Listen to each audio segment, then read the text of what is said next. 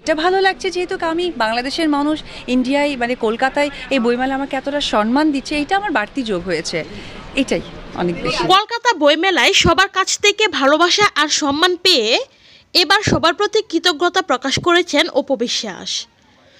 সম্প্রতি অপু তার official Facebook পেজে কলকাতা বইমেলায় তাকে উপহার দেওয়ার সময় তোলা কয়েকটি স্থিরচিত্র প্রকাশ করেছেন, যেখানে দেখা যাচ্ছে কলকাতার অনেক সুনামধন্য ব্যক্তিরা অপুকে কিছু বই গিফট করছে।